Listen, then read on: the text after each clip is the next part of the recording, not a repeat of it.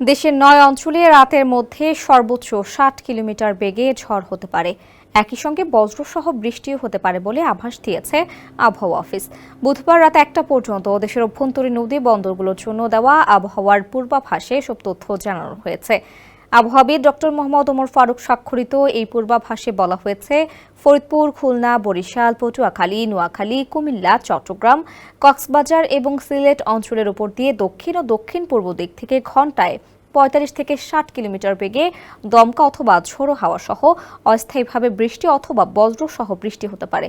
তাই এসব এলাকার নদী বন্দরগুলোকে ১ নম্বর সতর্ক সংকেত দেখাতে বলা হয়েছে। এদিকে আবহাওয়ার আরেক পূর্বাভাসে বলা হয়েছে, স্যান্ডেলিনা সো রূপচর্চায় আভিজাত্য। বৃহস্পতিবার সকাল ৯টার মধ্যে চট্টগ্রাম ও সিলেট বিভাগের কিছু কিছু জায়গায় এবং রংপুর, রাজশাহী, ময়মনসিংহ, ঢাকা, খুলনা ও বরিশাল বিভাগের দু-এক জায়গায় অস্থায়ীভাবে দমকা হাওয়া সহ হালকা থেকে মাঝারি ধরনের বৃষ্টি অথবা বজ্রসহ বৃষ্টি হতে পারে। সেই সঙ্গে চট্টগ্রাম বিভাগের কোথাও কোথাও মাঝারি ধরনের ভারী বর্ষণ হতে পারে।